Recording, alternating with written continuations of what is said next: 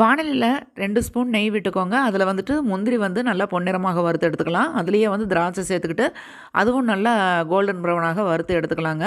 அதே வாணலிலேயே இப்போ வந்து நான் நான்ஸ்டிக் தவா தான் எடுத்திருக்கேன். நீங்க வாணலி ஏதாவது இருந்தா, அந்த மாரி கூட எடுத்துக்கலாம். இப்போ வந்துட்டு இதில நான் பாயாச சேமியா 2 பாக்கெட் அளவுக்கு எடுத்திருக்கேன். ரூ. 10 பாக்கெட்டு. அது வந்து இதில வந்து நம்ம சின்ன சின்ன துண்டுகளாக கட் பண்ணி போட்டு, நல்லா கோல்டன் ப்ரவுனாக வறுத்துக்கலாம். அடுப்பு வந்து சிம்ல வச்சுக்கோங்க. நீங்க உப்மாவுக்கு யூஸ் பண்ற சேமியா இருந்தாலும் அதுவும் வந்து யூஸ் பண்ணிக்கலாம். இது வந்து கருத்து போகாம நல்லா கோல்டன் ப்ரவுனாக வறுத்தெடுத்து ஒரு பிளேட்ல மாத்திக்கலாங்க. இப்போ அதே வாணலிலேயே நான் வந்து 1/4 கிலோ அளவுக்கு நைலான் ஜவ்வரிசி எடுத்திருக்கேன். அந்த ஜவ்வரிசி வந்து அடுப்பு சிம்ல வச்சுக்கிட்டு அப்படியே வறுக்கணும். இப்போ அந்த ஜவ்வரிசி பார்த்தீங்கன்னா, அப்படியே பொரிஞ்சு வருங்க. நல்லா நம்மளுக்கு அது சத்தம் கேட்கும். வெடிச்சு வர அளவுக்கு வந்து ஜவ்வரிசி நல்லா சத்தத்தோட வரும். அந்த அளவுக்கு வந்து ஜவ்வரிசி நல்லா வறுபட்டதுக்கு அப்புறமாக தான் நம்ம இதில வந்து பால் சேர்த்தணும். இப்போ வந்து நானு அதிக அளவுல ஜவ்வரிசியும், சேமியாவும் சேர்த்திருக்கிறதுனால, எனக்கு இந்த பாத்திரத்தில ஊத்தி கொதிக்க வைக்க முடியாது இந்த வாணலியில. அதனால நான் வந்து இப்போ குக்கர்ல மாத்திக்கிறேன். இப்போ இந்த ஜவ்வரிசி வந்து நான் குக்கர்ல சேர்த்துக்கிட்டு, அதில வந்துட்டு இப்போ நானு தண்ணி ஊத்திக்க போறேன். 5 டம்ளர் அளவுக்கு தண்ணி ஊத்த போறேன்.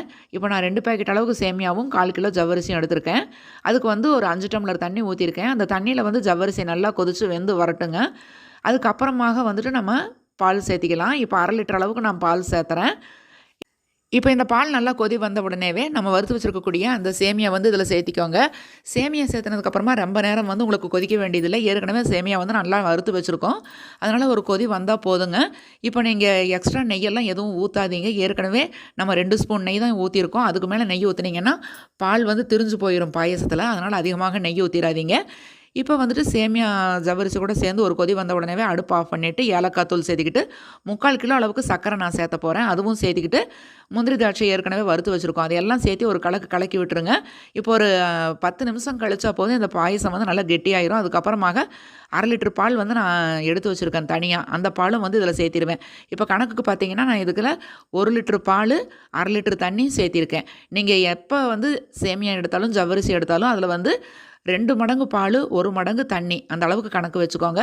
சூப்பரான ஜவ்வரிசி சேமியா பால் பாயசம் நம்மளுக்கு ரெடி. கண்டிப்பாக ட்ரை பண்ணி பாருங்கள்.